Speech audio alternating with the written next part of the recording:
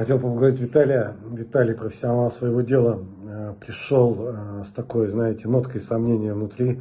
Вопрос вот постоянно, ты как это туда-сюда, то думаешь, то ли так хорошо, то ли так хорошо, то ли так хорошо. И вот постоянно вот эти вопросы, как-то не можешь, да, правильно выбрать направление, да, и уверенно сказать, что вот это нужно, вот это вот не нужно.